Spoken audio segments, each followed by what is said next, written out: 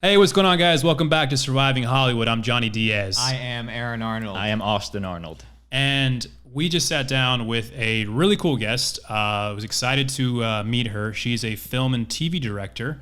Jennifer Phang. And I actually was introduced by her through Christine Chambers, who Friend of the show. Writer of Boardwalk Empire. She was on our podcast a month or two ago, and she introduced us to Jennifer. Yep. And that's how we know her. Jen. And it was cool because they had worked together on Riverdale, which Christine was working on there as a writer and producer and stuff. And she recommended her as a good source to come on the podcast, and I think she was correct.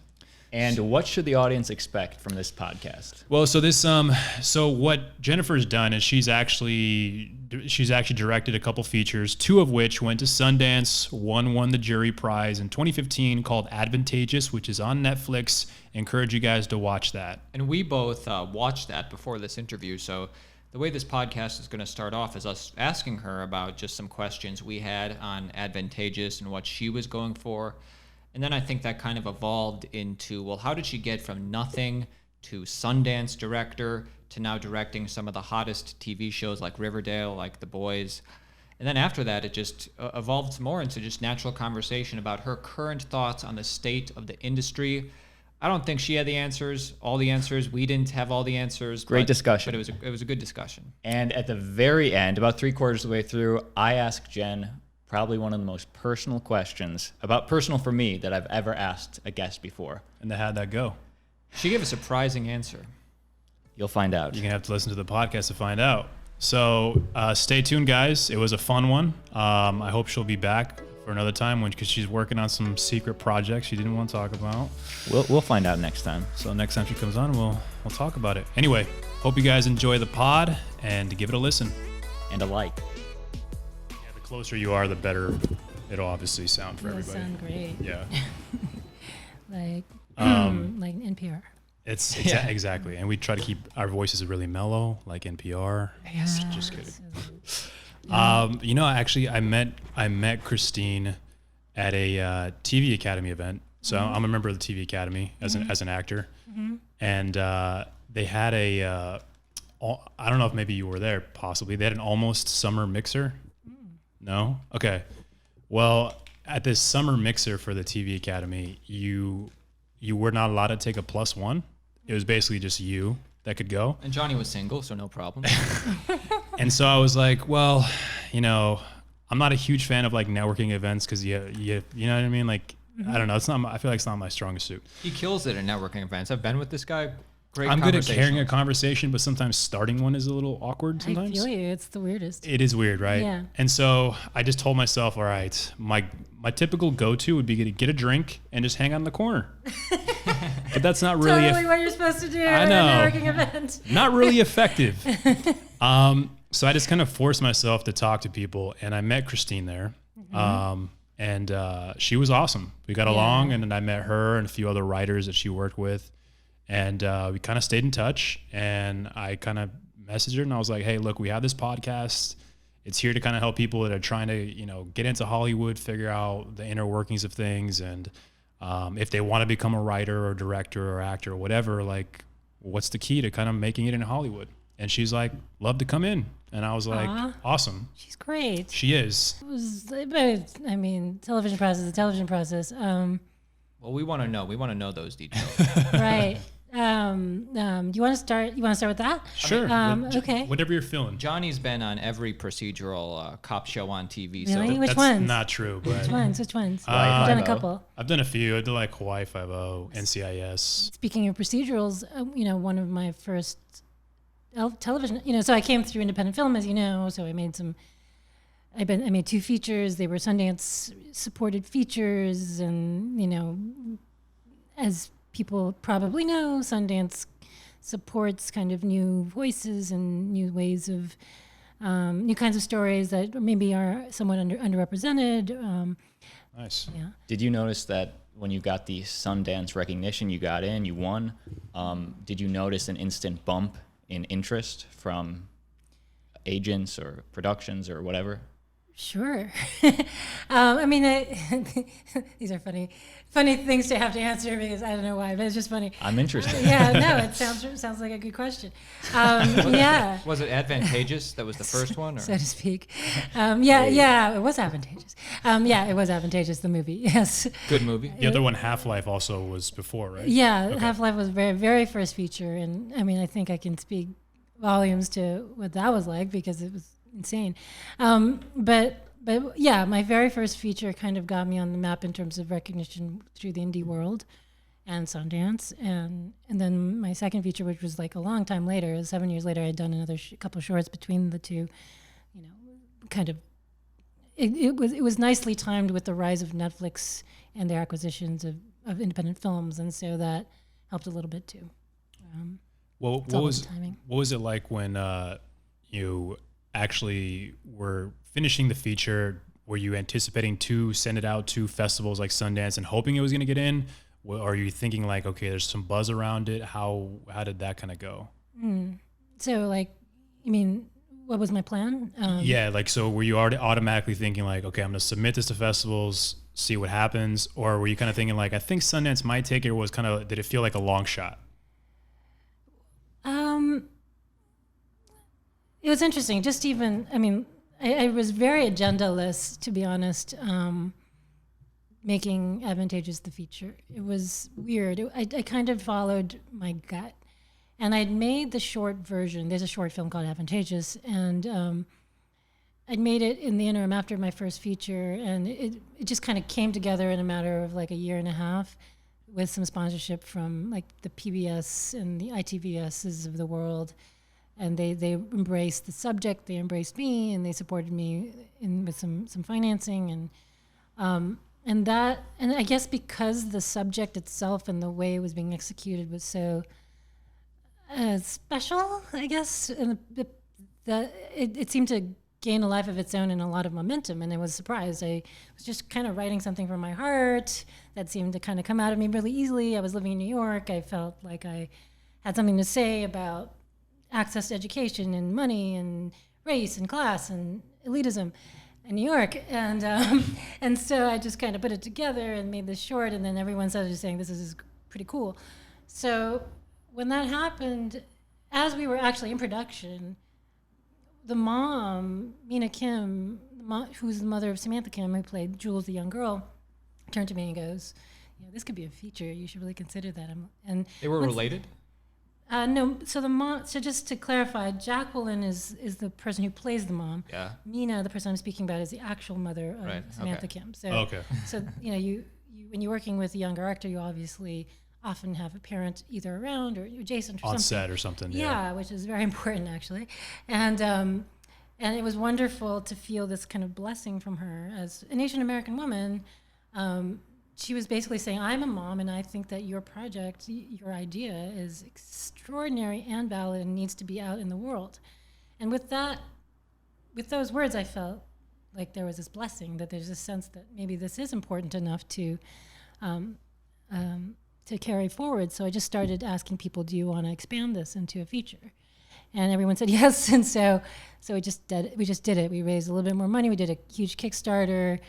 San Francisco Film Society came on board to support that development. And then even in the process of that, so I was like staged in San Francisco after having left New York, and I was just going, I'm going to expand this.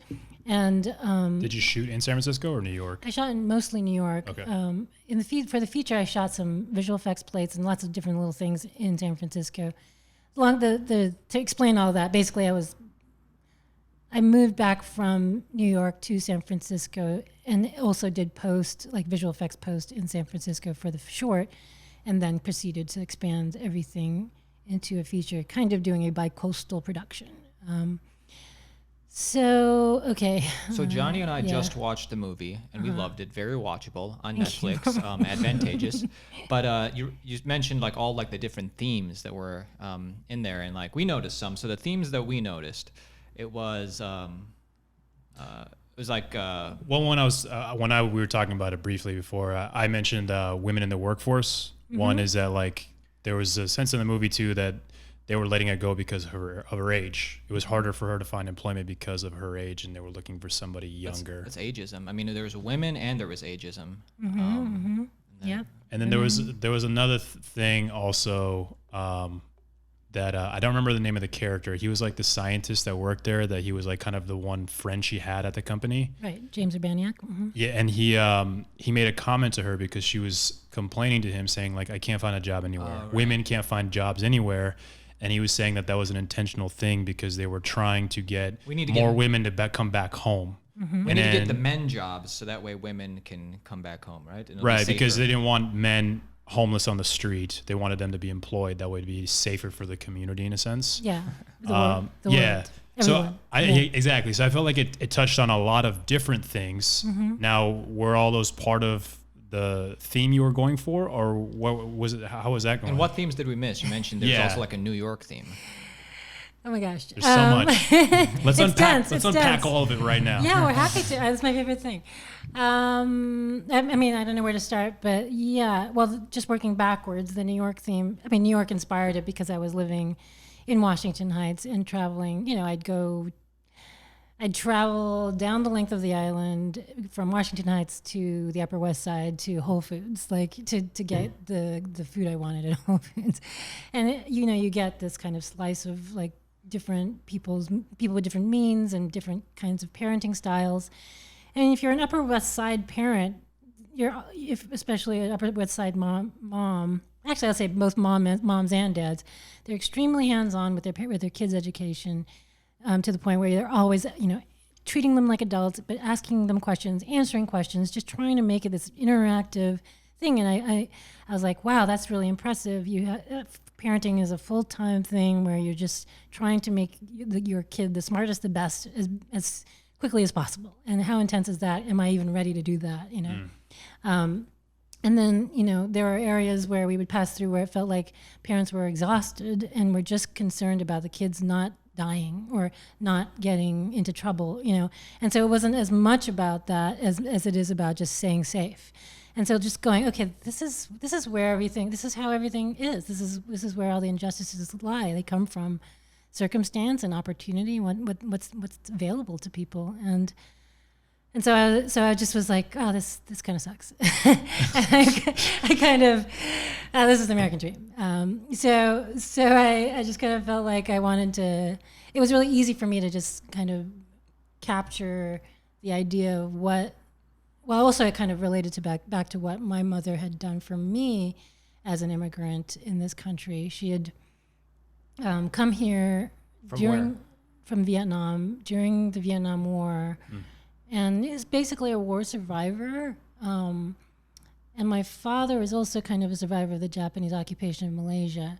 And so both of them, while they have these while they were drawn towards like a Western education, they also came from a kind of survival mentality.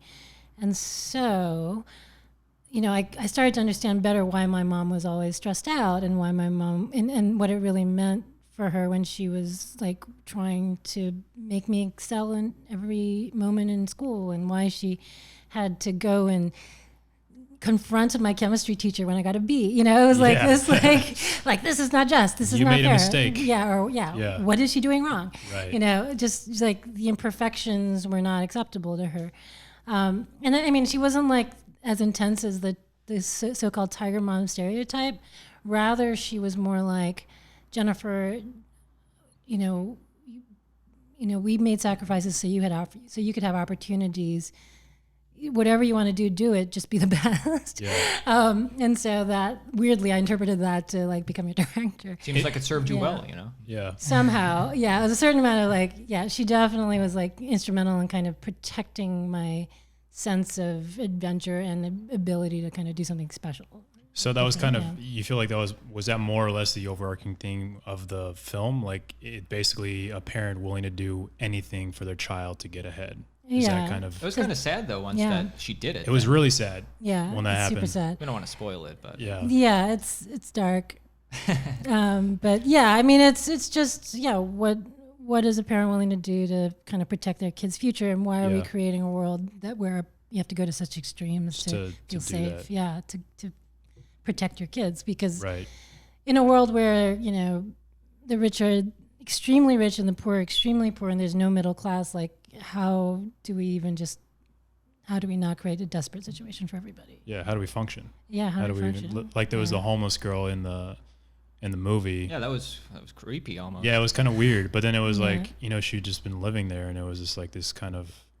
Now that you're kind of pointing it out, there really wasn't a middle class. Right. Yeah, It true. was just like, now I'm thinking about it. I'm like, yeah, there really wasn't. It's just the affluent lunch club. Yeah. And so, I mean, it's the attempt is to kind of make that idea kind of bring that forward to kind of help us decide what we want Here's the thing, with though. our world. Besides all that stuff, the movie is very watchable. I thought. Super watchable. What would you say your strength is as a director? Like based on the one feature that I've seen, the one we just talked about, what's it called? Advantageous. Come on, man. I have an answer. For what I think like a strength, I guess, based on that movie. Oh, I think you do this really well as a director, but I don't know all your work. What would you say your strength is as a director? That's a great interview question. Interesting, right? Yeah. I'm intrigued. I think that I try to be well-rounded, so that's one of my strengths. But I think I'm known to have a good working relationship with actors, to help them kind of dig deeper. You're an actor's director. I am, but I have this kind of special thing where I really understand the world of visual effects. And so that's what's led to the work I've been doing. I've been doing a lot of sci-fi with lots of that are grounded in The Boys. interesting characters. Yeah. Hottest show right The now. Expanse. Yeah. A lot of stuff like exactly. that. Kind of I was gonna slightly say- elevated sci-fi stuff. I was going to say a strength is that you have based on the one feature I've seen you do is world building. I thought that was a really awesome world that you built. Thank you. Yeah. Yeah, that's better than I could have put it. Yes. Yeah, thank you. Yeah, I love doing that. I mean, it's that's the stuff that really gets me excited. Is just kind of helping figure out rules and inventing things and inventing rules and inventing also aesthetics. Like I really appreciated the time I had to help design a city and say, okay, well, this is what a future city might look like if you wanted to have a culture of excess that, kind of flies in the face of a culture of poverty. Here's all this extra water that we're going to flow down this building while everyone's like kind of looking for water, at the same time. You really set your sights with that movie on like it wasn't just a movie where you go on a street in Hollywood and you shoot coverage. Like, I mean, that movie had some, you needed to have a certain amount of money to do all that CGI and do all that cool stuff in the movie, right? Yeah. I mean, it wasn't like you just didn't go, all right, I'm gonna write a movie that I can definitely shoot on a lesser budget. You were like, I'm gonna write the best or coolest movie I can, and then we're just gonna figure out a way to shoot it. a little bit. It was complicated. It was a little more complex than that. I had a good relationship with a visual effects supervisor from my previous work, Half-Life, and we had connections to a lot of rising independent artists who all wanted to make cool shots, and so part of my collaborators, like my editor was also great. Sean Gillane was a really great editor, but also a really great visual effects artist, and so it was just about people who were kind of working with people who were not exactly Swiss Army knives, like Swiss Army. We could pull out a lot of different skills at different times to elevate the ambitions of something that would normally be like just a kind of an understated indie film. And beyond that, worked with a lot of rising artists who were willing to go the extra mile and work for pizza. It's just like lots of different. It was a crazy indie time in San Francisco. And, So I saw Ken Jeong was in the movie. Ken Jeong, yeah. Yeah. Did you guys cast him? Did you have in mind? Did you know him? How did that end You up? subverted expectations by not giving him one joke. There you go. You're like, it's a raunchy comedy. I'll do it. He's great. He's amazing. Yeah, he wanted to do something different. He really identified with the project. He wanted to do something different, meaningful. Hangover was meaningful in a different way, and Crazy Rich Asians is meaningful in a different way. But like, this thing was something that he felt really close to and understood. And he has 2 daughters, and so. Did you reach out to him, or did you have a relationship with him before? We reached out to him. Yeah, we reached out to him through my agents. My agents came on after the short but before the feature. That's key though, right? When you're like trying to like make a movie and you wanted to get some sort of distribution to put like a name in there, right? That's what they say. That's what they say. That wasn't a part of what you were thinking. It wasn't. It was weirdly not. I don't. I mean, I think it's interesting. I've existed inside and straddled the indie and television world for about 5 to 10 years at this point. It's hard to agree with all the generalizations, just because it feels like if everyone's doing the same thing, no one stands out. And so, I think that yes, it's always nice to have have name recognition. If you've seen my episode of The Boys, you see that name recognition means a lot of different things. It can be for so many reasons. I haven't seen that, but The Boys is like the hottest show on TV right now. It's on Amazon. It's what Zack Snyder wanted to do with the DC universe. It's what Hancock wanted to be. It's like bad people who are superheroes, right? Yeah. Except I hear it's really good, as opposed to Batman versus Superman. Classic. Sorry, what? Classic film. Really, shots fired. I said it's. I hear The Boys is really a really good show, as opposed to like Batman versus Superman. Oh, coffee. Haven't seen everything, but it's a good show. I mean, I was really honored to even have an opportunity to kind of like go. Okay, yes, I'm interested. It was beautifully written and based on some really interesting and edgy material, and great. You said that special effects is your forte, or for lack of a better word, working with all that digital stuff. Visual effects? Visual effects, yes. Tell me how that works, because if you have advice for an actor or a filmmaker, how do you calibrate that? Actors, visual effects. It becomes second nature for pretty much anybody who these days. You put a tennis ball up and say, "This is your eye line," and go make magic. That is yeah. I mean, that's intense. I mean, that's a really good. That's a really amazingly impossible ask for an actor, is to kind of act with this mark over here, right? Yeah, or this random blue face. And so I love it when I see people do amazing work, with nothing, and they take it seriously, and that's the point. You just can't limit yourself. You can't say I can't do it. Yeah, no, it's being done. Do it. You know, this is what. You have to use your imagination, damn it, right. And it's. I'm sorry that it's hard, but you try have to. Acting, buddy. It's hard. I mean, it's been done, and it's gonna always be done. So it's kind of cool, because I mean, you see things like Avengers Endgame, right. You see all these really amazing results. You've got people who are just acting with marks, and they're amazing. And from a director's perspective, that visual effects world, do you see all of it in your mind already? And when you're on set, you kind of have an idea of where everything should be? Or how does that work? Yes. I mean, it kind of depends on what we're talking about. And there's no one size fits all, but you try. With Advantageous, which is like the hologram will be right here, and that's, look at the hologram. What you're seeing is this. And then the aesthetics of that hologram may evolve through the visual effects department, but you do have a general idea. I just finished on something in Atlanta, and we had, we knew we were capturing options for VFX, but we also knew what the concept was. So it just kind of depends on. What's the project? Can you say? I think so. Yeah, I was on Stargirl. It was DC Universe's cool. Stargirl. Nice. Yeah, it's going to be great. Really excited about that team and the show and the writing. It's going to be really sweet. And that's a new show, right? It's a new show, yeah. I'm not sure how much I can say about it, but it's great. You should look it up. You directed one episode, or? Yeah, I just came off of one episode. Super. All I can say is it's going to be great. Oh, totally great. Love it. Expectations set. Yes. I'll tune in. Yes. So when you get when you come in to direct an episode, I'm always kind of curious how this works. Obviously, is it your agent that's pitching you to production to be considered for the show? How do you actually get on to directing an episode of a show? Yeah, do you have to pitch a concept, or they just cast you based on your reel and previous work, and then you show up and tell them to point the camera?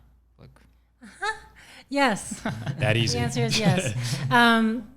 Depends on the show. I just did a pilot, so I had to kind of pitch a concept. But when it's for an episode, it's a little more like, here's your past work, here's your reel, here, meet with some people, let's see if this is the right fit for everybody. And this is stuff your agent is presenting to the producers of the show, or? Yeah, it's either agents or personal connections. Sometimes I get asked because I had a good experience with a producer and they on a new show, maybe they're show running something new, and they're like, "Oh, we want to work with you again. Here's why, and please come work your magic." So it just kind of depends. It's different. What's your best piece of advice for a new filmmaker, even a young lady filmmaker, or any filmmaker, anybody who wants to direct in Hollywood? They've been here for a year so far, so they got an apartment, but other than that, they want to get into this business. What would you say? Because you're doing it. You're doing it. You're where a lot of young people want to be. Yeah, but so it took a while, and I mean, I think, and again, it's almost as if you have to kind of make a choice a little bit about what you're. So I'll just say what I did was the crazy thing, which was make 2 indie features, be a starving artist for 5 to 10 years, and then eventually succeed. But that's not everybody. Overnight success. Right. And, that's not every, I also went to film school. This is such a, what I did do was make work that was relevant. I think that, like, you could say that I made relevant work. And that's I think it's hard because, like, some people come at this trade as craftspeople and other people come as artists, if that makes sense. Does that make sense? What do you feel like you are? I'm both. Okay. And I came as an artist, but I'm in it as a craftsperson as much as as an artist at this point. I don't know if I get the difference, really. Yeah, so artists believe they have a vision and something special to say, right? And then they create something, right? And craftspeople, depending, may be like kind of saying, building on the, I mean, everyone's building on they're standing on the shoulders of other giants, always. Everyone is, artists are as well. I think that craftspeople have a sense of, like, literally, like, what it takes, like the nuts and bolts and the math, the lenses, the technical aspects of it, the logistics, the producing, everything, and I build my craft skills over time to support my artistic vision. But I would say every great director is both, right? Because I feel like you have to really understand that stuff to also be a great artist. I pretty much. There are some people who get away with not, and that's okay. Yeah. There are also people who come at directing from a writing perspective and do great things because they also absorb the technical over time. I mean, so I guess what it is maybe the advice is build on your strengths and work through that. Okay. I see assistant directors becoming great directors. I see cinematographers becoming great directors. I've seen hair and makeup artists become an amazing director. It's just like, what is your strength, and lean into it, and then see where that takes you. It sounds random because I don't know if that's, like, gonna always work, but at the same time,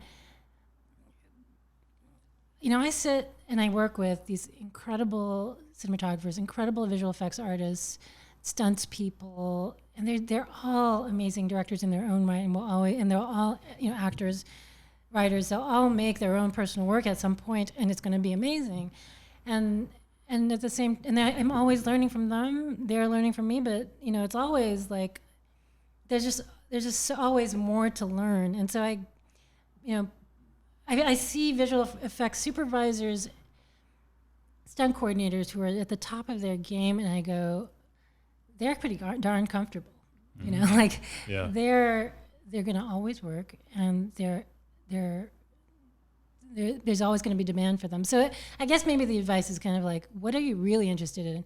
Because there is a bit of a mystique that comes with directing, which is like, oh my God, you're in command. You're the one that's, like, on the bottom. Running the ship. Yeah, you get all the credit or you get all the blame, And right. And that's good. It can be good, but there's so much. There's a lot more job security, to be honest, in all these other jobs, and they actually are very well paid, and they're highly respectable. So, but you're pushing boundaries.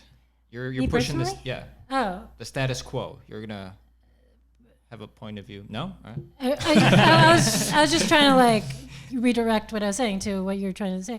So you're asking what I'm doing? Or I don't know. You were just saying some people get too comfortable. oh, I wasn't saying they were getting too comfortable. I was saying that they're amazing. What I'm saying is that even as you're They like just know what they're doing.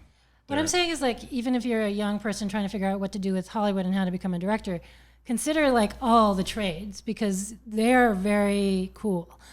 Like I like met with this I worked with this amazing stunt coordinator and I was like, oh my God, you're a god. And he will always work, forever. And so my point is that, it's not all writing, directing, producing, and acting. There are some extremely well-paid positions out there that Besides like that are directing or whatever it might be. Teamsters. that have a lot more job security and a lot Gaffer. more comfort. Teamsters and gaffers are amazing. Crafty's And important extremely too. Important. Yes. Need the caffeine. So it's important to like pay the respect to all of those Right. because without them, I would not exist. Well, the whole movie wouldn't finish without all these people. So More than Yeah.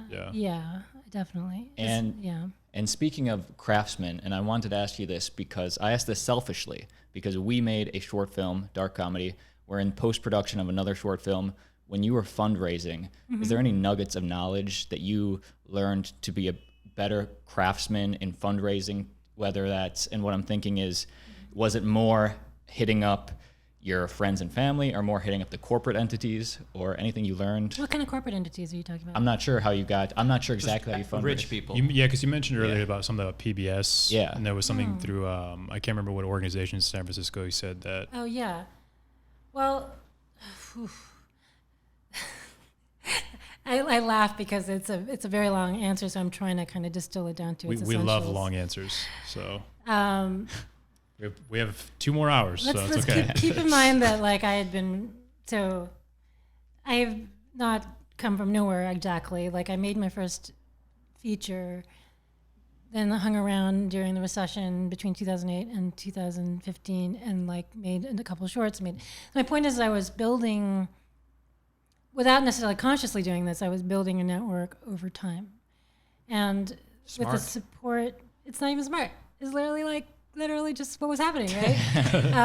So again, this is over time, over years, right? So ITVS was a supporter because they were supporters from the short film. They had funded the short film. Sundance was a supporter of mine because they programmed me in my first feature, Half-Life, and they put me in their writers lab. Tribeca was a supporter because they had programmed one of my other shorts, and then put me in through one of their indie film programs and TFIs with the Tribeca Film Institute. I had 10 institutions that were backing my Kickstarter and helping spread the word.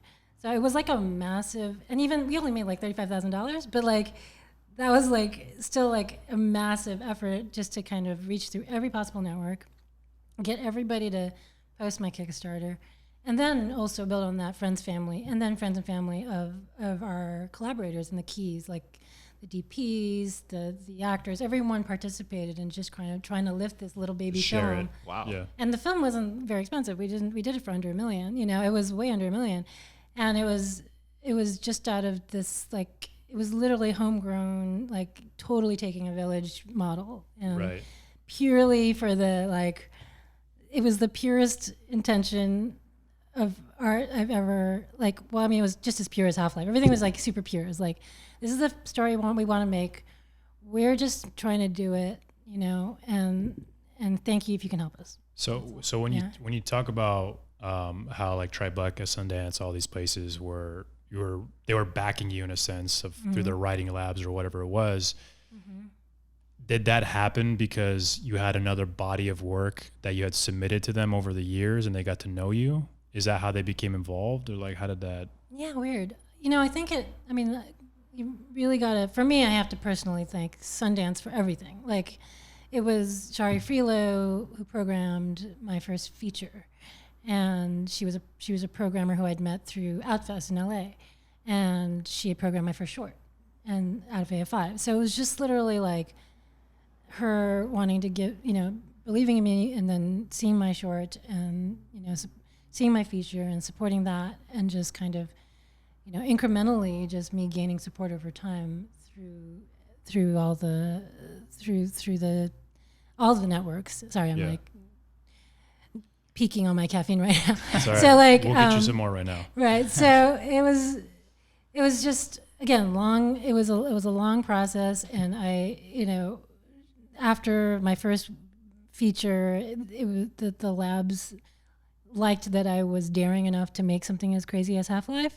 And I'm saying it's crazy because What's crazy about it? We haven't seen that one. Yeah. So it's like a family drama, but it also has animation and visual effects. And it's my first feature, and it was shot on Super 16. It was made for $500,000 or less, and it was a multi-ethnic family, a Eurasian family, and it was about the end of the world, and it was about climate change, and it was about racism, and it was about homophobia. It was about all these things, that like most people can't handle, like digesting in a single hour. Everything Sundance loves. It was, but it was truly my concerns, and I'd always admired, all the work that I'd seen from like the Sundance Channel, and said, okay, this stuff is, you can actually make, not so much like, you can actually make meaningful work and have people see it. So that's kind of where my roots were. And so in doing that, it was kind of crazy that like I said, one day I want to be on the Sundance Channel, and then it actually happened, Wow, So that's it's just awesome. kind of like being focused about what I cared about. Is there a place where you can see the film?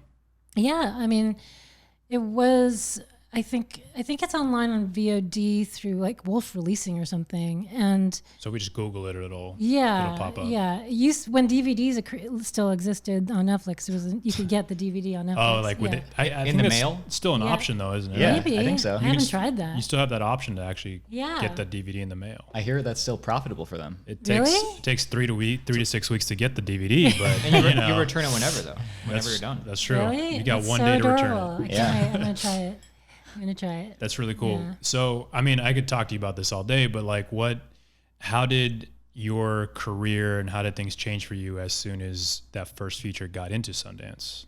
Like, I mean, it was weird. It was the worst timing ever when it comes to like acquisitions, because I don't know how old you were at the time, but it was a huge financial crash. It was like the real estate dropped. this was in 2008, around there? Yeah, and so no one was acquiring anything. And so we got this kind of smaller distribution deal, but at the same time we were traveling with the film everywhere and winning prizes and stuff. And those prizes somehow led to just me starting to be on the map. People kind of going, okay, there's an interesting filmmaker who's like just, burgeoning, but maybe there's some potential with her. And Yeah. and there, when we would win these jury prizes in random places, that would like lead to more connections. So it's just like this thing where I still had to kind of do another short and then make another feature out of it, but it was what it was, and I had to kind of not have an ego about it, if that makes sense. Yeah. Did you attend all the festivals that you got into, even if they were like somewhere far away? Totally. I went Okay. to, my favorite memory was going to Heidelberg, and Mannheim, Heidelberg in Germany. Shout out. Shout out to Mannheim, Heidelberg. Is that the name of the festival? Or Yes. What is it? Yeah. Okay. Yeah, I don't know if they still exist, hopefully. But 6 days, like doing Q&As with all these Germans and them going, thank you for making something that's so American, yet so un-American. Just appreciating the fact that there was an American film that wasn't idiotic. Not to be like, Shots fired. I know. But what I really mean is like from the perspective of these people in A Heidelberg. progressive American. I'm film. nervous to show you ours now. Yeah. I just mean that like the fact that it was feeling, it had feelings. Ours is progressive. Yeah, I'm sure it is. We're in got between. moments. We're in It's got between. moments. Like there's room for all films, but I think for them it was refreshing. Someone's got to Yeah. program something, Yeah, That's right. yeah, but So yeah. you met a lot of people at all these film festivals. Did you make good connections with other filmmakers that to this day you still collaborate or work with them in any way? I'd say no. Like Okay. All right. I'd Well, say like you've heard it here, guys. I'd say She left that him in the dust. instead it was a lot of personal growth and an understanding of what the people are like across the world and how people approach film and television across the world. Okay. It doesn't mean anything really other than I just was happy to have kind of, from a personal and artistic perspective, getting audience feedback internationally was really valuable.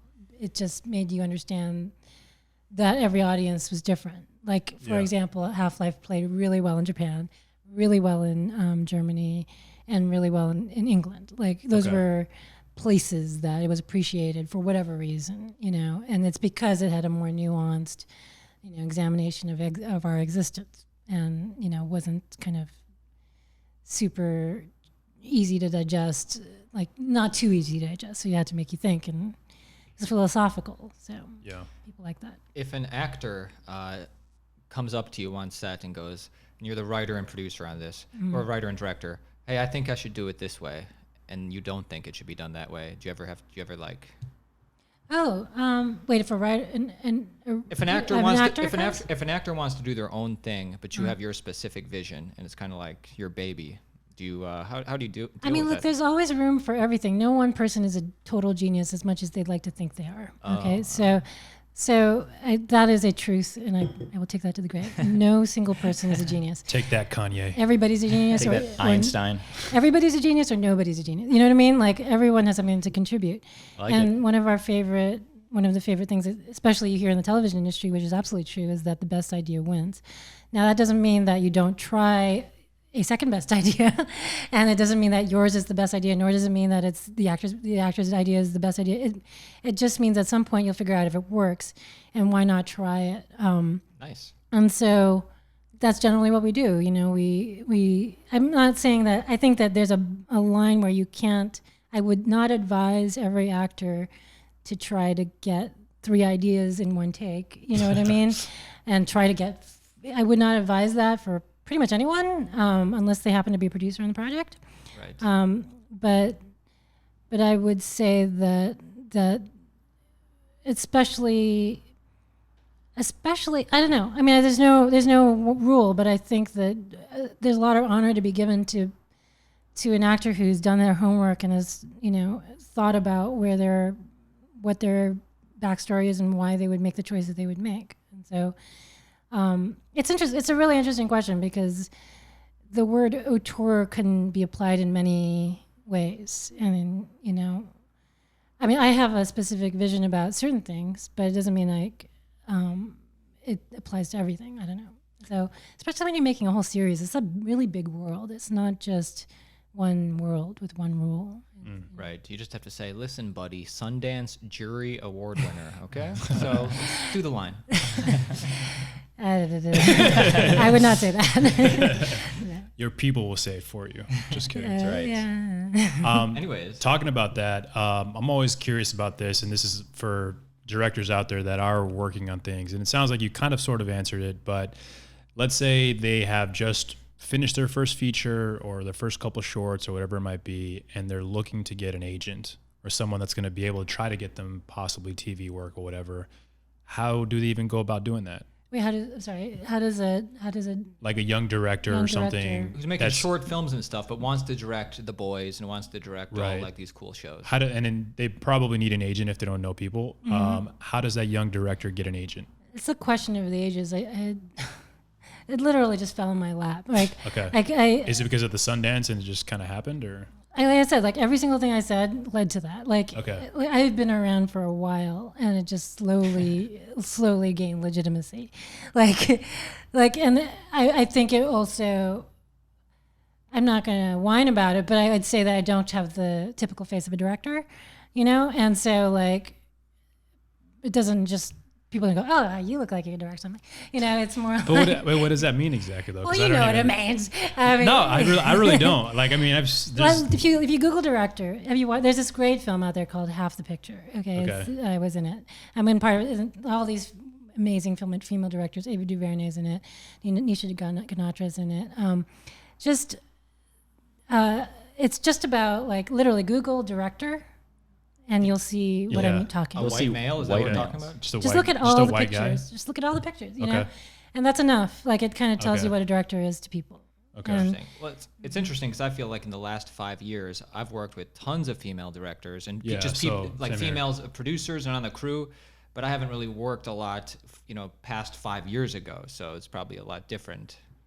Before 5 years ago? Yeah. Yeah, I mean, I'm very happy to hear that you've had a wide range of people say Riverdale. And it's definitely been through the efforts of folks at Sundance, through the folks at Women in Film, and just people across studios. Like everyone has finally kind of realized that there are perspectives that are valid, that are not necessarily ones that you've seen before. For sure. And actually, there's a certain way that you can direct and also run a set. Like you direct a film and run a set that changes what we present to our world and possibly could change the world. If we come at things a little bit more holistically and healthily, if that makes sense, with respect and mutual respect, with respect given and received across every department and everything, then there's a lot to be gained just in general. Can't we all just get along? I mean, that's one way. But that is the dream.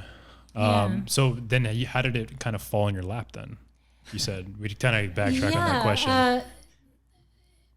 It's not as if it's like unearned. I mean, I don't mean it that way. Like what happened was I was part of this cool program that was being run by this woman named Michelle Turner-Sileo, and it was called Film House, and she had this fantastic idea in San Francisco. It was to like bring together aspiring filmmakers who had maybe were mid-career or early mid-career, give them an office in San Francisco to work on their projects, whether it's a documentary or an indie narrative film. It had to be independent, not studio supported.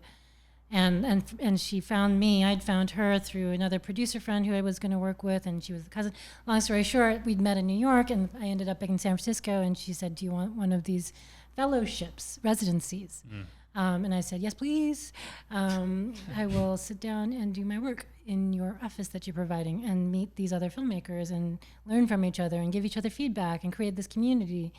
So that existed. She created it. It existed.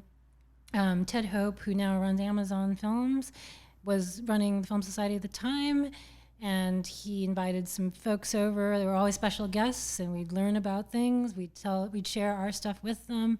One of them happened to be an agent, Andrew Rogers, who came, and I showed him my look reel from my short of Advantageous. They set up a meeting. I just showed it to him, and he offered to help me out and help make the feature. Cool. And then it kind of evolved the relationship into more things. So she kept saying yes. She did not shy away from an opportunity. That's true. That's a really great way of looking at it. It's scary to say that because I'm sure there are opportunities we should shy away from. Well, a lot of people shy away from too many opportunities. Yeah. I mean, I shy away from this podcast. Hey, I get Yet nervous. you're here. I'm Yet here. Somehow they dragged me You over said here. yes. We Jennifer's on her way. I'm like, all right, I guess I got to go. and we said match the color of the walls. That's true. Oh, that's so cute. Trying to blend in. Actually, Yeah. talking about the relationship you have with your agent, because I'm kind of curious. And as actors and young filmmakers, I feel like we don't always necessarily understand how this works. From an acting perspective, an agent will typically help somewhat nurture your career in terms of like do this, and try to kind of push you towards roles that might be fit for you. How does it work with your agent? Is there like a certain style, obviously, that you do? I know you like into sci-fi. It's a great question. I mean, I don't have the answer yet. Okay. Just still kind of navigating that sort of. We're all collaborating. I love my agents desperately. They just kind of saved my life, and they found the fact that they kind of got behind me was just kind of crazy. I'm a very specific human being, and so. But you got two amazing features that have gone to Sundance. I mean, you saved their life. Yeah. Fair. So I mean, that's a tough whatever. feat. That's a tough feat. You should be feel accomplished. I don't mean to be overly humble. I just mean it's just it's, as you said, like maybe 5 years ago, it may not have been the same situation. I'm not saying it's perfect now. I'm just saying it's changing a little bit. It is a little bit. Thank goodness. Like it's cool. Sorry it's so hot in here, by the way. Yeah. Damn, is anybody else like hot as hell? It's it's steaming. Are you okay? Do you want to take a No. pause? I just want to apologize for the LA weather. Apologize Cool. publicly. I just came from New Orleans where it was like 90 degrees all the time. Oh, so and you're it was like humid great. and I was wearing a long sleeve shirt, and so I'm like pretty Back to that dry dope, California. and I'm fine. Sorry, continue. Sorry. Sure. No, I think at my best when I'm completely under duress, like 90 degrees, You're not 100% leaving. humidity, hurricane coming. That's when I give you my best answers.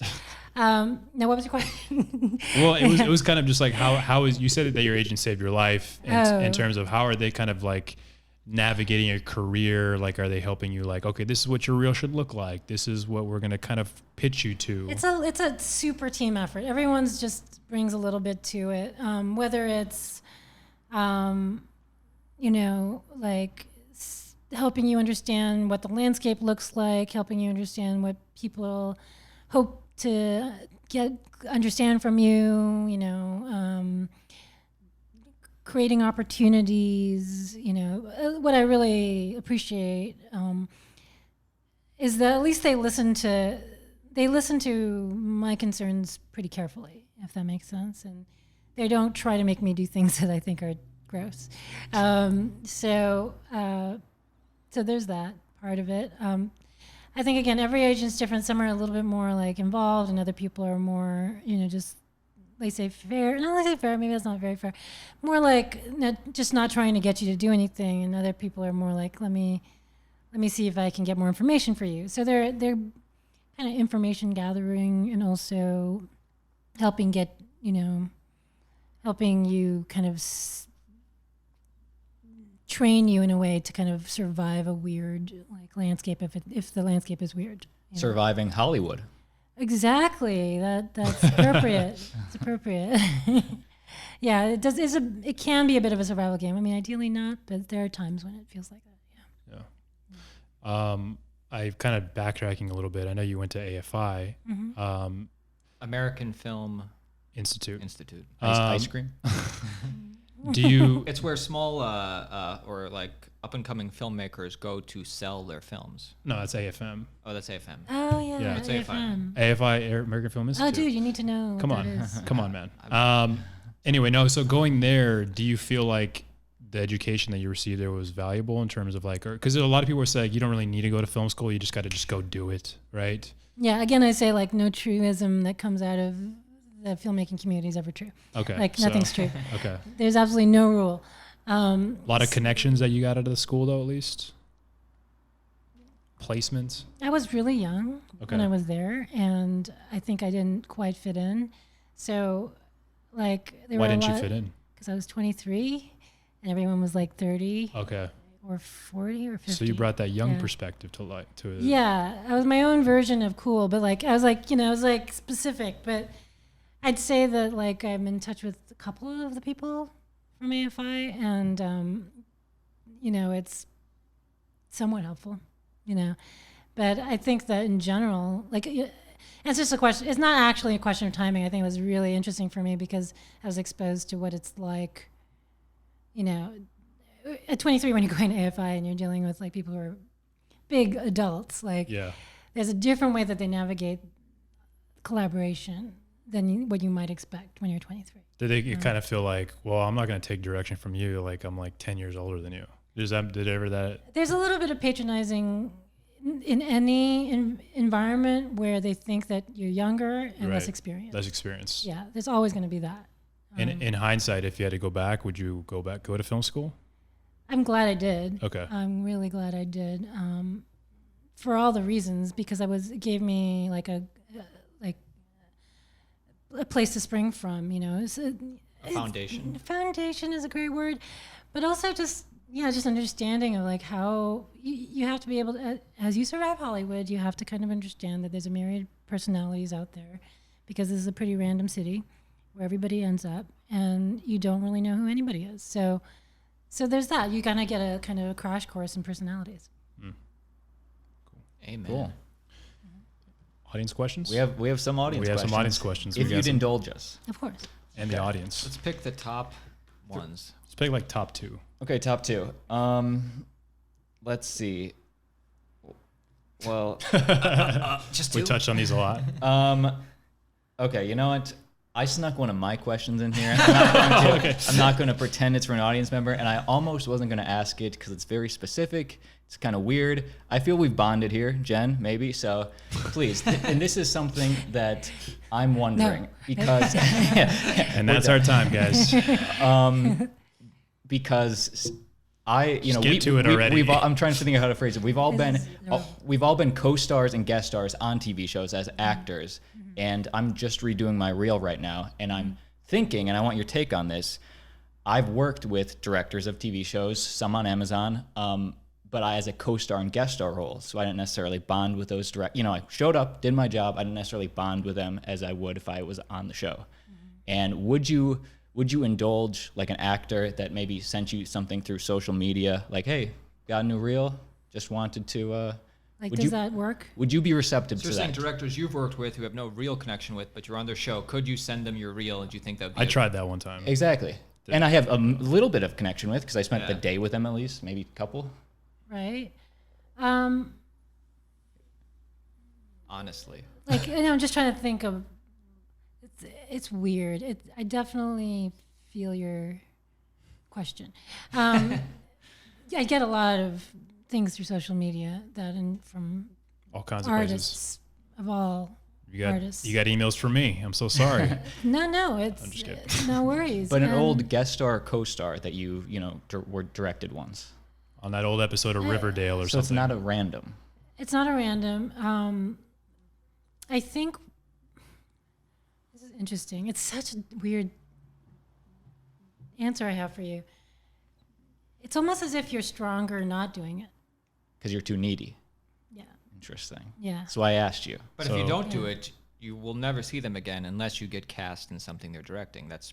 It's so weird. It's almost as if I don't know.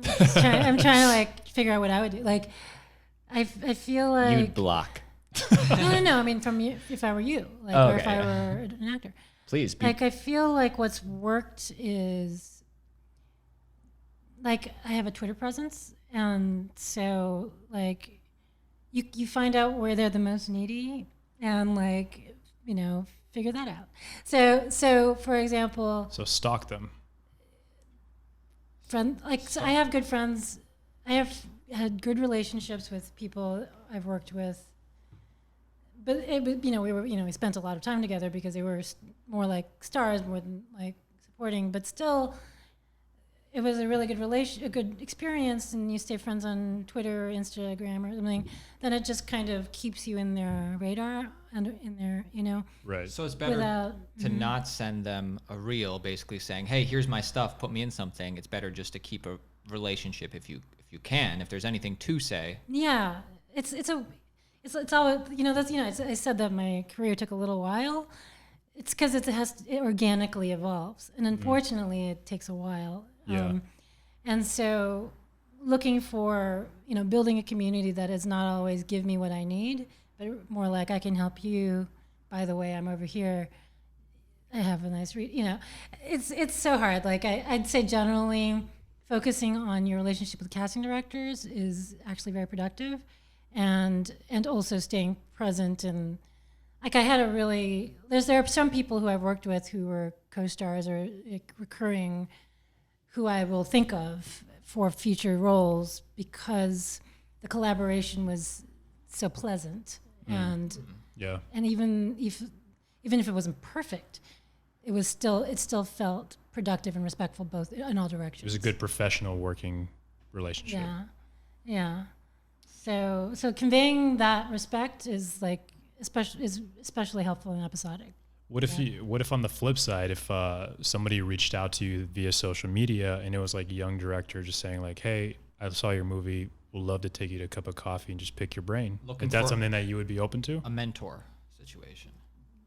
You're asking if an actor wanted a mentor? No, a young director. They saw your movie and they were like, "I really love what you did. I really admire you. Would you be up to get coffee and just?" I'd love to pick your brain. Yeah, pick your brain a little bit. So I'll say this now for the record. I hate the word "pick your brain." All right, so we both said it. I'm just saying this for all eternity, everywhere. And the reason I hate it. I'll never say it again. I don't blame you guys. It's just a thing. But it's happened to me infinite times, And the feeling is that literally, I'm just a very like You see it visually happening? sensory person. And so I literally feel like someone literally asked if they could stab my brain with a pick, just because it's literally what it sounds like. And it's like for free. Like, can I for free stab your brain with a... Well, there's coffee involved. Coffee, I mean, I love coffee. And often I say yes, even when they use those words, because I understand, and I've also been in that position where I've needed to get mentorship. It's always helped...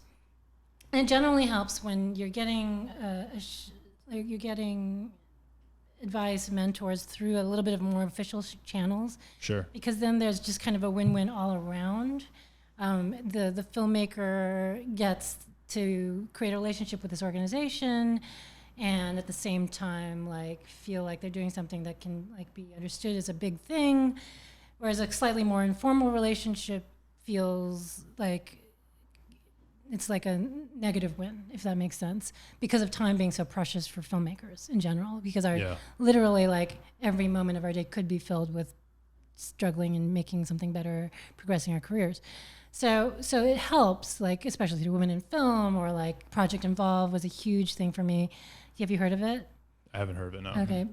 I mean, as it supports filmmakers, like, you know, directors, DPs, producers, editors, but it, you know, it's through Film Independent, and they used to put on the LA Film Festival, and they put on the Spirit Awards, but they were also integral in yet another organization that supported my Kickstarter.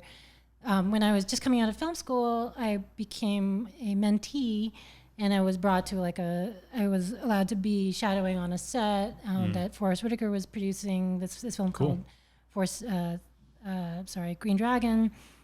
And the point is that gave me a lot of exposure really fast, but the mentorship that came through that was all through the organization, and that's why it happened, if that makes sense. So it kind of organically happened, and it was more of an official thing. It wasn't just like you just met some random person and... Right. It was, I literally applied to the program. Oh, okay. And being at AFI helped me get into that program, if that makes sense. And this was fresh out of college? Fresh out of AFI. Okay. So AFI led to me being part of this Project Involve thing. Okay. That lasted about less than a year, where I was able to get access to some sets and like shadow these indie directors and like learn the lay of the land a little bit, and then just... I shared with him my feature. He told me it kind of needed work. It was like, it's like that was a bit of a mentorship, and it was awesome. The point is that,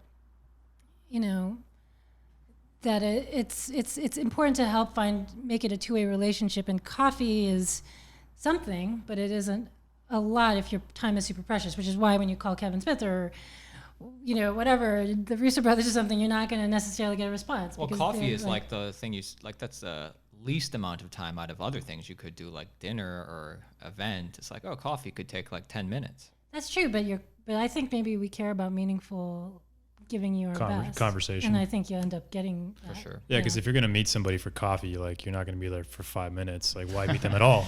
You know what I mean? Done with my espresso. You're gonna if you're this going, is great. you're gonna spend time with them. Literally, I'm sitting here with you guys. I'm like this is gonna be 3 hours, and I'm okay with that. Yeah, we didn't buy you the coffee. Now I feel bad about that. No.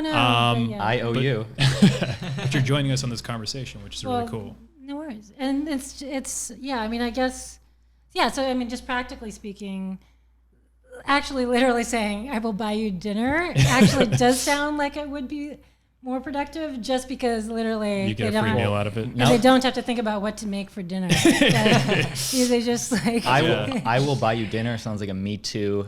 That's true. It also sounds like true. exactly, like a little bit. Well, that's a good point. Lunch maybe, or maybe just don't contact them. Late lunch. Yeah, that too. Maybe that just avoid the. That's true. That's really funny. Yeah, it sucks that dinner is so weirdly loaded. I don't get that. Yeah. It's kind of what it's turned into, but. Sorry. Go ahead. No.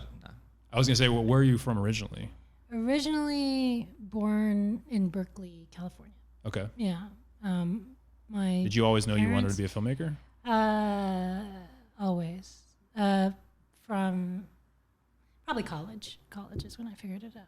Okay. Yeah. You just like telling stories, or what was it? Who influenced you as a child? Is there certain directors or certain movies that influenced you? Yeah. Tell us about that. What are your influences? Dang. Um, Ooh, we're getting crazy now. yeah, it's pretty crazy. Tarantino. What a question. I'm just going to work backwards based on my more recent influences. Sure. Just trying to like get everybody's names right. Okay. Pardon me. Like, I was really moved by the work by Suzanne Bier. She did this Danish film called After the Wedding, Okay. which everyone should check out. It's like, especially as actors. Is this more of a recent film? It's not that recent, no. Okay. But Mads Mikkelsen is in it, and he's like Okay. the Hannibal guy. Oh yeah, he's great in so many movies. But I remember him Valhalla Rising. Did you ever see that movie? The Refn directed movie. He literally doesn't have a line the whole movie. Yeah. And he's the lead. Yeah. And he's amazing. fantastic in it. Yes. Also Doctor Strange. But like Yes. he's incredible. And so it's one of his early works earlier. I mean, he's not like super young in it. He just plays this dad type character. But yeah, no, it's beautiful. It's just a family drama. And Okay. it was just beautifully handled. And I say a lot of European directors do a great job of kind of making women characters, if that makes sense. Female characters who are actually human, as opposed to objects of desire or affection or, just whatever, hate, distaste. Any American movie. Yeah, pretty much. I mean, I'm just joking. But like, but definitely if you actually look at, especially in the 90s, in the early aughties, you'll see that the cross-section of films in Europe are just a little bit more evolved. And when it comes to the perspectives on women, because I don't know why, but They're more cultured. I don't know. So yeah, but then before that, Scorsese, of course, was a huge, and also Kieslowski. He did the Three Colors trilogy. What Scorsese movie really does it for you? It's like, I wish I could make a movie like that. I think at first it was Taxi Driver. Great movie. Yeah. Never heard of it. Never heard of it. Just kidding. Good, you should check it out. It's on Netflix. And then it actually weirdly was Last Temptation of Christ. It's not like people don't really get that movie is good, but it really is quite good. It's Never just seen it. super smart. I didn't see it. I heard of it, but I never saw it. Yeah, it was super controversial because of the portrayal of Christ. But beyond that, like, even if you're whatever religion you are, which I have zero claims, it did a great job of humanizing the idea of Jesus Christ. It's just like, oh, he was a man? What? Oh, he's a man. Okay. So wait, he made this choice that was really intense? Okay, interesting. What would it take to make that choice, to listen to God and take that's really hard. So you can kind of like buy into like that frame of mind more because you've humanized an icon, if that makes sense. And that's like my favorite thing about it, is that you took this super famous idea, this like super big deal, and made it human. And I think that's probably why it was so inspiring. And also he has really interesting camera technique, and the soundtrack was really interesting too. Nice. Did you see Once Upon a Time in Hollywood? Have not. Need to. Did you see it? Yeah, I saw it, but I was wondering your take as a director, just because I thought you might have seen it. I could talk about other Tarantino movies, but I did not watch that one. What's yet. your favorite Tarantino or least favorite? This is scary. It's scary to answer this question. I have zero. I can't say there was any least favorite because I just appreciate that he tries to do things that are different. Sure. For sure. So, I mean, I actually really appreciate Django Unchained. I love that movie. It's a great film. Yeah, I thought that was kind of intense. A lot of funny. Very funny. Very funny, very radical, and I appreciated that. And then Reservoir Dogs is pretty cool. It's like every movie he's done. Timeless. Oh, it's good. Yeah, it's a pretty cool movie. pretty inspired. Yeah, it was like the beginning of independent film almost. Yeah. Heck yeah. So there was a lot of. He was kind of groundbreaking. He was groundbreaking at the time. Probably still is. Pulp Fiction changed the game. Anyways, we got another question. I mean, yeah, they're not some we went over. Like We're like somebody asked. This is the last one, so make it good. Okay. Somebody asked. Oh yeah. Okay. When. Did you write this one too? No, this one's from Ali B. When signing on to a film, TV show, anything, how important to you is an inclusion rider? Ooh. Oh, here we go. Gosh darn Does it. anybody actually do that? What's her name was the first person to bring that up? 3 billboards. Yeah, I forgot her name. She won an Oscar, right? Yeah. she's a really great actress. I know. Coen Brothers. She's fantastic. She's been in a lot of stuff. Fargo. Was it Patricia? Arquette? No. No. No? Not Oh. Patricia Arquette. Frances McDormand. Yes. Yes, Yes. that's Oh, it. shoot. She's Yes, awesome. she's Yeah. amazing. I could not She's believe really good. what an intense person. I It's almost like a trick love question. Frances McDormand in so many things. So yeah. What do I think about inclusion writer? I How important is it to you? We don't. What is the exact definition of that? That crew and cast all has to fit a certain pie chart. There's a criteria of some sort, right? Diverse? yeah, I haven't done my research.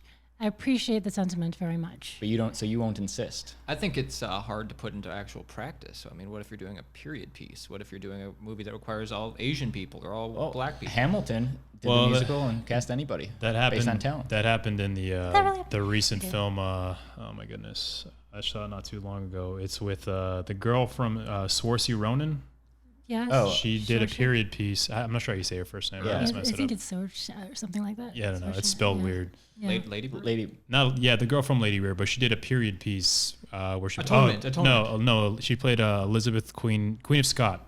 That movie. I don't know if you guys saw that movie. Did not yet. Probably a lot of white people, I'd guess. No, but they actually had black people in the film playing royalty, and it was I remember watching it and I'm like, Interesting. well, that doesn't really make sense. You know what I mean? But the director It took Johnny out of it. He wrote a complaint. No, it was not a complaint. It Just it just wasn't, because you're watching a period piece in Ireland, you know what I mean, or something. Yeah. And it's like, well, I don't know if that's really accurate. But then I was watching the movie and the acting was really great.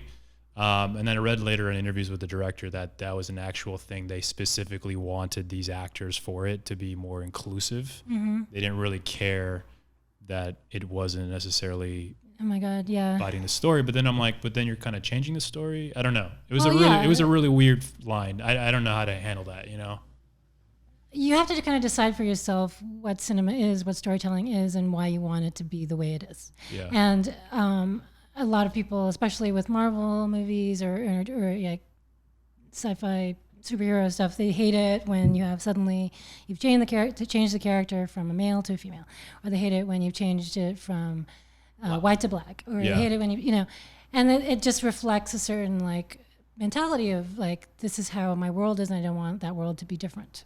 And when you look at history and you go, okay, Queen of Scots, there's no possible way that there could be a black person in royalty. Sure, but then here's a world where we decide that actors are actors, and Yeah. and actors can be in things. And then there's the argument, which is okay, can this kind of actor be in that kind of film? Why doesn't it work both ways? And then you go, well, historically, this is why. And I mean, this is why this is special, and this is why this kind of reverse version of that is not that special. My point is that this argument is dense and complicated. Yeah. And you have to one might consider looking at the issue in a historical context and kind of understand. And there's no right or wrong, and there's no winning or losing. It's just that people kind of see entertainment in Hollywood as if it's a competition and people winning and losing. And if we could just kind of let go of that for a fucking second, pardon my language. I want to win. Well, I see that, and I'd say that that's not enough, right? Just wanting to win doesn't make you a good actor. True. Right? Yeah. And so you have to kind of love the process, love the craft, love the work, and be okay that, bless the executives and the producers and the filmmakers who are basically being activists right now and saying, let's change the landscape, because Yeah. that's a job in itself. It's the opposite of trying to work on your craft, right? It's the opposite of what we try to do every day, which is figure out how to be the best storyteller that we can be. And so that's a line that I have to step in and out of. Okay, I'm an activist for 5 seconds, and then I'm a director for 1 month, and I'm an activist for 3 hours. It's and then I vote the way I vote. It's all kind of a mess, and it's hard to say that there's right and wrong. But to even try to answer the question about the inclusion writer, I don't know enough. I love the sentiment of creating a diverse industry. I like that For idea sure. a lot. And I think when I see it happening in front of my eyes on some of the sets I've been on, I go, this is healthy. Right. This is good. This is good for everybody. It reduces entitlement across the board. It reduces the idea that I'm owed my job. Instead, you go, okay, we're all going to just do our best, and it's not about who's the son or daughter of whom. It's more like, okay, what do we care about? Why does media play such an important role in society? Well, it's because it actually is. It shapes the world. It shapes our perceptions. It shapes our value systems, whether we believe it or not. A lot of us believe that we're not shaped by television. We believe that we own our own minds. But our consciousnesses are shaped by our religion and shaped by our cultures, and it's shaped by the things we watch and read. And so it's okay if the world it's okay. I think it's helpful if a lot of different people are making media, just so it stays a little bit balanced. Well, I think it's also you're like just exactly how you said, like people come from different cultures, backgrounds, religions, whatever it is. You're bringing a different perspective to a story. Yeah. And I think that's what the most important part of it is. Like you're bringing your perspective that someone else might not understand. Right. And that also becomes inclusive to, let's say, for example, as a kid, you know what I mean? I remember there wasn't really like a lot of Latinos on television or directing that I know of really that's famous or anything like that. Right. So that voice isn't necessarily expressed. So be able to have these different voices kind of like having their, I don't know, their hints or their flavor or whatever on whatever project they're working on, kind of exuding through these projects they're working on.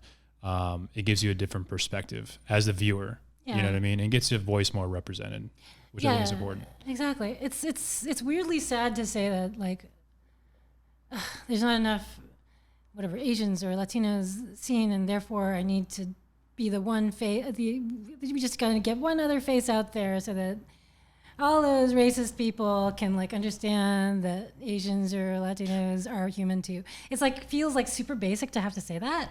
Like, of course everyone's human too. Right. Of course everyone is just trying to live and survive and cares about their fellow human being, as long as you don't hurt them. You know, like that's so basic. But it feels like in our world we actually do need to have that for some reason. Yeah. The humanizing of everybody who looks different from you. So hard to do, but it's a tall ask in some cases, but it's super important. Yeah. Love it. We got heavy there for a second. I like it. I love it too. Are you working on anything right now that you want to share with the audience? Any plugs? I know you just said you maybe weren't supposed to share, but working on that project in Atlanta. No, it's on IMDb. Yeah, that's right. Oh, okay, cool. Yeah, that exists. It's recognized. No, super excited about Stargirl for next year. Stargirl. Stargirl, Girl. the girl who is from the stars, Stargirl. I can't talk about that other thing. Not even just with us? No. Nobody's gonna hear this anyway. No. Just kidding. And then there's just I'm working on something for Sci-Fi Channel in January, February. There's a feature that I just can't talk about yet. That's your forte. Yeah. Is this Sharknado What 10? can you talk about? Sharknado 10. What can I talk about? Which episode of The Boys did you shoot? In case I ever watched the show, which I want to. Which episode did you? Everybody's watching it. I know. It's the hottest show. I'm very pleased and proud of everyone that it's doing so well, and I'm glad that I believed it would do well, and it did do well. I'm happy about that. And so Which I did episode? six. Episode 6. Okay. Yeah, it has a lot of the character development happens in 6. Cool. That sounds fun. Yeah. Sounds like a lot of fun. It's a great, fun show. Lots of cool talent involved, and everyone was super sweet. Great. to work. Do you have like some cool indie feature you've written that maybe you're getting ready to kind of work on? Nothing to speak of yet. There's something Okay. I might hop onto shortly. Yeah. All right. Well, where can the audience find you on social media and send you direct messages? Plugs. They're real. Or they're real. Yeah. Don't do that. But Not we're- anymore. Just kidding. But just to see where they can be updated with your work. They wanna follow you. You know what it is? It's hilarious. But here's my piece of advice for regarding reels. Okay. You just gotta be really like have your interests and be really inviting. And the intro sentence has to be either like super hilarious or really like specific to the person that they're writing to, in a non-invasive way. So if you can like use your humor to your advantage, then do it. Or if you can use your poetry to your advantage and not write something creepy, then do that. But it's just about being specific so that you know that you're not just one of a mass group of emails or texts that you're part of. Yeah. Because it's like if we are, then we're not. You don't matter to you, you know. But anyway, at Advantageous is my Twitter account. So it's like PHANG VA. It's like a play on the word advantageous, but Advantageous. I blame my boyfriend. I get it. Clever. Yeah. It's good. So Twitter's the best way. It's a good way. Cool. Yeah. Anything else, guys? Thanks for joining us. Thank you. Yeah. This was fun. Thank you for coming. Appreciate your time. And it was fun. A lot of fun. Yeah, thanks for asking all the hard questions. Absolutely. It's what we do. All right, guys. We will see you guys next time.